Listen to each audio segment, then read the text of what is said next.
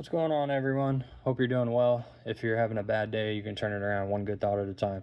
My name's Chris, the married guy. I'm an alcoholic, and today I have a daily reflection of trusting others. But does trust require that we be blind to other people's motives or indeed to our own?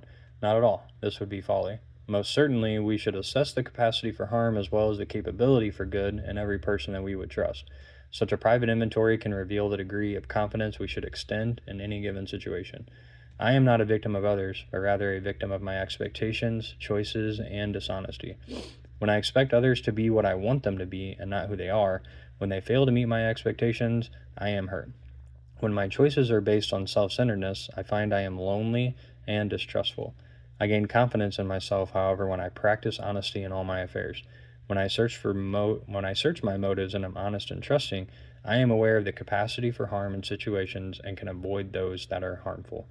So, couple things. First things first, I am not a victim of others, but rather a victim of my expectations, choices, and dishonesty.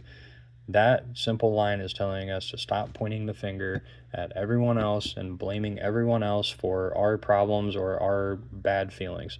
Like, point the finger at ourselves. Look in the mirror and find out why you're angry, why you're sad, whatever the case may be.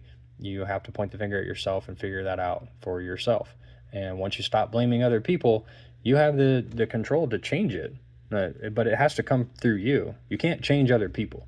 You can't change other places. You can't change other things. You have no control over that. You do have control, however, over yourself. So point the finger at yourself and ask yourself, where was I to blame? Where was I selfish, self-seeking, and dishonest? And once you do that, you can change that situation for the better. But you're not going to do it by trying to change somebody else. It's just not going to happen. And a couple other things, we have to be careful on who we trust, especially when we first get sober. We're going through the steps. Like, we're going to share a lot of very intimate details about ourselves to either one person or a lot of different people. So you have to be careful on who you trust, because there are people out there who don't know what the word anonymity means.